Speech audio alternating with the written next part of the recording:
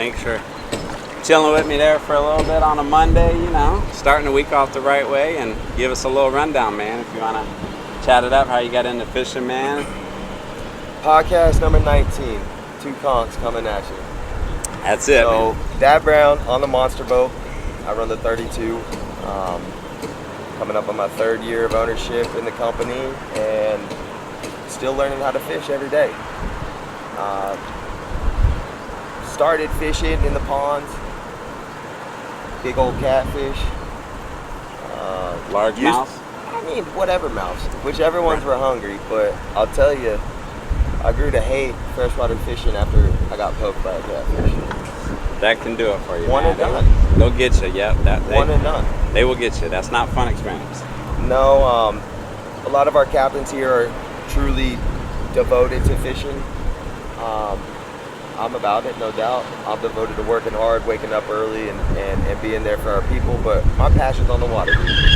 Passion's in the water and doing a little bit of that. That sounds fun too. That does. A little burning some rubber, man. That's always fun. I hate it when someone borrows the mini truck without asking. Whether it's a one wheel, a mini truck, K-truck, a little motorcycle, dirt bike. It's always fun. Burn them rubbers, man. You got them. Hey, light them up. Hey, if you can't find them, grind them. Kick them tires, light the fires, man. Come on, let's go. That's it. Nah, man, my true passion and happiness just found on and in the water and around true people. True find the truths, and man, I'll tell you what, living in the middle of the ocean, it's wild how small this world gets. Never met Trav, Florida cracker, born up in Jacksonville, Duval.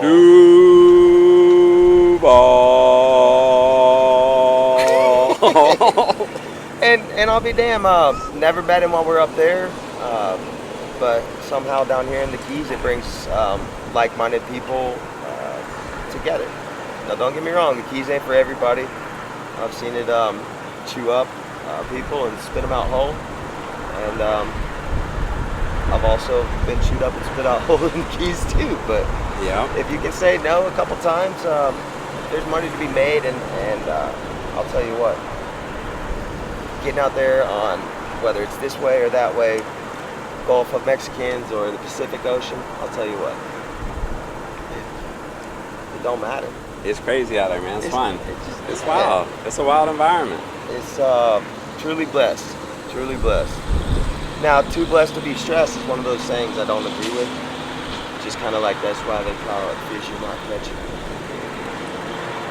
Ideally, you want to be catching for sure. And it is wild, though. You never know what you're going to see out there, man. You get out in the Gulf or the Atlantic right now with the mahis and all that stuff going on. And Dylan told me he's come across these molas out there amongst other stuff, too, which is wild. You never know what you're going to see out there. How long have I been telling you about the tailing molas?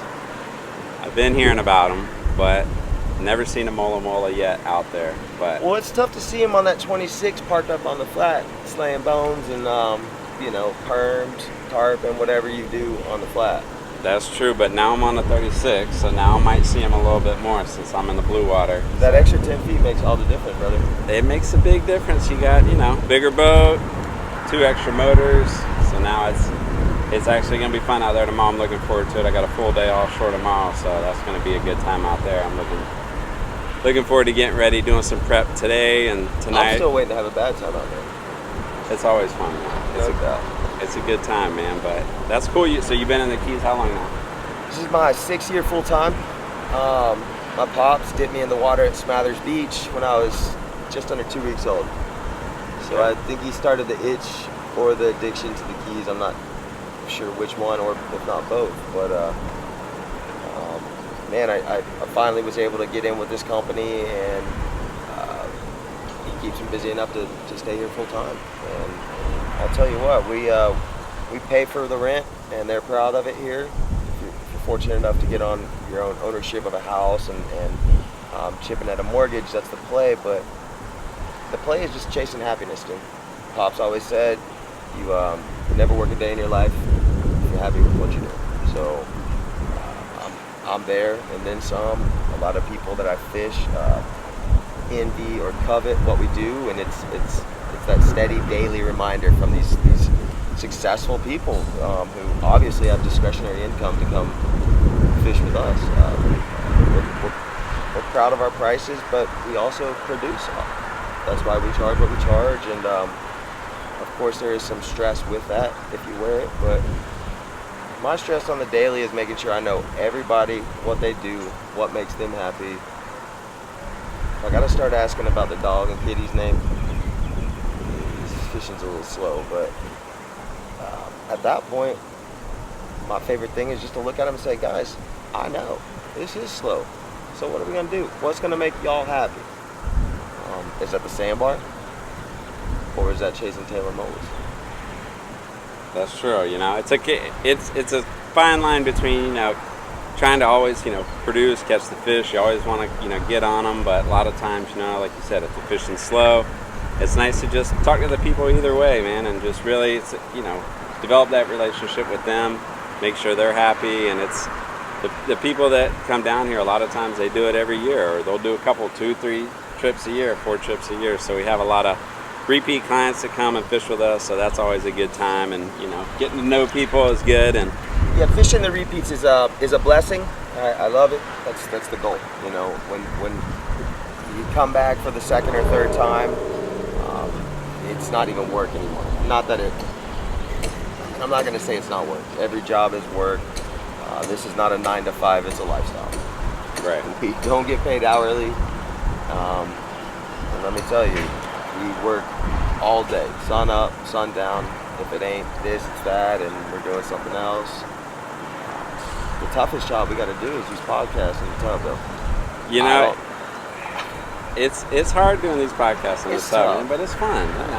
Somebody's got to do it. Somebody's got to do it. We didn't turn the bubbles on too much right now. We might crank those up in a little bit, but we figured, just kind of get through the podcast and have a good time today. So it's cool out here though, man. It's fun, meeting everybody. I got to meet Dylan, which is nice, and a lot of the other guys, man. It's like just a close knit, fishing family. So we love what we do, and we're always, talking to each other and kind of like figuring out, who's having more success, who's going where, doing what, and this and that. So the mahis right now has been a lot of fun. We've been out there trying to target them. You get them ready. The mahis are fun.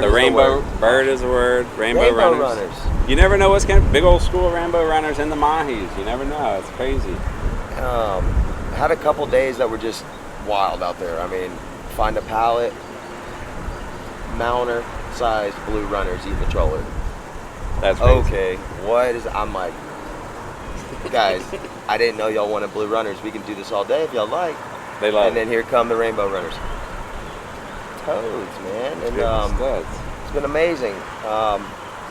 Cool thing that's this season for me that I've been starting to see, and I'm curious to put in the podcast and hear from everybody else.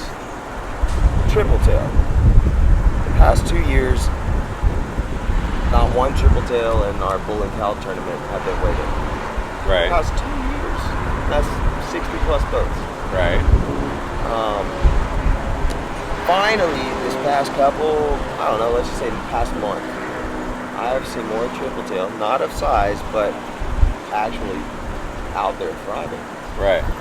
And I don't know what happened, whether the wind blew the right way or they finally just started. Who knows? Who knows? And that's the funny thing, man, is I never want to claim that I know anything out there. I want to bring a notepad, talk shit, and take notes all day. Right. That's my goal. That's my goal. That's a good way to look at it, because you never know. You do one thing one day, you might catch, mahi in a certain area, and then you go back the next day and you do the exact same thing, no mahi, nothing.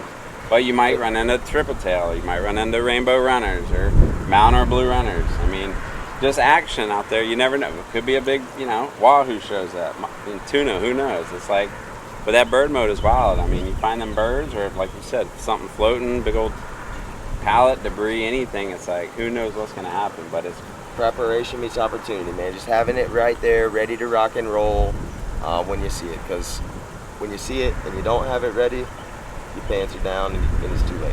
Right. Cool thing I've been seeing out there these days is the blues and blue marlins. Yeah. So I get onto my mate, always have a 50 wide rigged up with a little stretch wind on, and big old BKK commercial, that circle with the swivel eye. Just in case, mister. Have some in the tube, have anything you got, whether it's even just a mahi out of the box. Anything. Hook him right through the schnoz and skip him across the surface. And I'll tell you what, it produced the other day, and the fact is just having it there, just having it set up and know that is, don't touch it. It's ready. Until it's time. Because you got a nice blue though. It was last season, right? We sure did. What was the story with that? How did that whole thing kind of unfold? It just folded. I'll tell you. I mean, it was just wild. You was out there getting the mahis for them. Actually, it was a tough day. Yeah, looking for mahis. Keyword tough. Right. Went all the way to the hump, which is for me personally has not been productive as it has been in the past years. Whether we blame that on the sharks or just me personally, always blame it on Cap. Blame it on the cap. The cow's laying down. I mean, the wind's out the west or full moon. All the above. Who knows? All of the above. But I'll tell you, we were out there, and it was one of those days you get out to the hump and bonita, boil. Need it. Botinas. Yeah. Need it. Fortunately, when I built that boat, put some tuna tubes in them. That was smart. First things first tuna, first mahi, whatever it is, goes in the tube if you can fit. Right. Always have it there. Doesn't necessarily mean it's going to stay alive all day, but it's there. There's no running around, this and that. That 50 wide that I was talking about that's rigged up, ready for war when presented, got it. So, yeah, man, we were on the way in and just seeing just like one of them free jumpers. Sometimes you see them sails, shaking some parasites, just out there getting after it, jumping. Right. Solid out of the corner eye, turned, jumped again, got up on top of where the splash was, put a little bonita. Wasn't even alive, just straight through the chinner to winter. Skip that joker on the surface. Came up, hammered it. You know, better to be lucky than good any day. But I'll tell you what, yes sir, he did. Came up, smoked it. Slurped it up, opened up. Free school. I told Mahoogie, that's my mate. I told him, I said, dog, dump that spool. Dump it. Bye. Let it go. Yes. Which is the goals to produce for our clients. At no point do I have an intention of keeping that blue because I would love to catch him again. Unfortunately, those fish fight their heart out, and this one gave it its all. Either had a heart attack or whatever might happen when they're doing their thing and jumping, tail walking, going crazy, just putting a show on. He was going apeshit. Yeah, it was insane. Well, long story longer, as Captain Nick likes to say, came up upside down and it fed the army, it fed the masses, man. We had 230 pounds of meat like that. And common misconception, I'll tell you what, that marlin ate good. Marlin are good eating. Grilled, and of course with that much meat, you got to start smoking it and turn it into something else. But made some awesome fish dip and made friends with about everybody on the street. Yeah, that's wild, man. That's marlin's another thing I like to see out there. We've gotten some in Costa Rica, which was cool last year, but that was the funny thing. Y'all were in Costa while I'm here. You're here. You didn't have luck in Costa, actually. We did. And I did here. That y'all day. are like, what the hell? I know. That's the thing. You never know, man. It's crazy. No, getting into the whole charter fishing and in this industry again. This whole timer told me, he said it's better to be lucky than good any day. And I went to school for business, and I looked at him and I said, sir, that's the most unscalable and effed up business model I've ever heard. I mean, but it's true though. It's true though. You know, it's like it took me a couple years to realize how damn true it is. But if you put yourself out there, like you said, if you're prepared, if you get the bait, you get everything ready, all the rods rigged up, you got, different baits, you got the ballyhoo squid, right, your lures, your this or that, you're at least setting yourself up for some success when you get a good opportunity. I couldn't agree more. And for me, I love running a mate. I've had the same mate for coming up on 4 years. it's all about trusting who's running the pit too, and knowing how to tango. Now, Tech Talk got these new walkies, the ear techs, and y'all can hate on them or make fun as much as you want until you're talking through them. Clients are jamming their music or whatever, and we can just clearly communicate what needs to happen. Or for someone you run with every day, if you got a full-time mate, you don't even have to talk. We just know what each other do and right. what our dance is. These are nice on the boat, though. I mean, we had last trip last year over in Costa Rica. One of the boats had these walkie-talkies, and we were, using them, talking, through them, and all using them. And you can get up to probably 4 or 5 sets of them. You can get a couple of them. The sky's the limit. It's cool. It's nice on a boat. Or in a jacuzzi. I think even better in a jacuzzi. It's toss-up. I mean, if I could have one of these jacuzzis in the tower while I'm driving and the headset. Now we're talking. Dreaming. Now we're talking. Now we're dreaming. But that's a little bit on the aggressive it's not a stretch. It's not that far. We could probably make it happen, but I'll be chasing air conditioning on my next boat build. This sun, Mother Nature, I don't know what's wrong. I sweat every day, and I still be packing pounds like a cornfed cornbread. Boy, I am. It's hot out here, man. It's 90s every day. July and August probably the 2 hottest months, I would say, for sure out here. But that's just part of it. I sweat every month here. That's part of it, man. But if you can't tone it, tan it, right? Tan it. That's it, baby. And I'm still tanning it. Got to keep it tan, man. That's it, bro. That's it. But now, man, it's cool out here, man. It's fun. We've been having ourselves a good time, and we're gonna keep the party rolling, man. I think we got to. I mean, we're this far.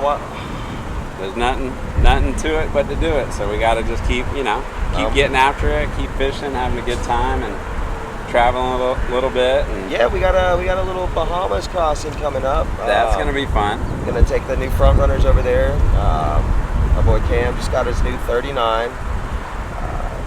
Got the 233s, and then Tucker's 36 as well. I mean, I'll tell you what, they're a hell of a boat, and looking forward to see how they do crossing the pond. I don't get much time on them here, because obviously running my own, but the sunset cruises I have been invited on. A little intimidating. I don't know who they're racing on them front runners, but they winning. Captain Kim, for some reason, loves to go just full throttle. We're in the tower. I mean, I was as close as, I've gotten actually to ever skydiving with him running the flats. Whoa. Just full throttle on that 39 triple 400s. Yeah, it's got the triple 4s. Triple 400s. He's going who knows how fast, close to 70 or more. I mean, just completely just getting after it. White knuckle, brother. Just, I mean, scary. I can't agree with it, but check that off the list, and it wasn't even necessarily on the list. He loves to go fast, and those rocket cross gates be dumping too now. Why are they so loud, and why are they so fast? It's fast. The front runners, man. Front runners love to go fast and love to just bump music. So that's gonna be fun in the Bahamas, because we're gonna do the Bimini. Little resort over there, Big John's. I think we'll get to the Bahamas in 30 minutes? Maybe 15 or 20. I mean, it depends. We'll see. Yeah. We'll see how it goes. But it's going to be fun, so. No doubt about it. But now we're looking forward to it. But thanks for tuning in with us on the hot tub with the podcast with Captain Dylan, man. We're happy to be bringing you guys more content. We're going to keep it going. So if you did like anything, feel free to subscribe, like, share, all that fun stuff, man. We'd appreciate it, guys. So. Third floor hot tub. Third floor hot tub, man. Tight lines. No doubt. All right, guys. Y'all have a good one, man. We'll come back at you next time. Come on back here. Yo, we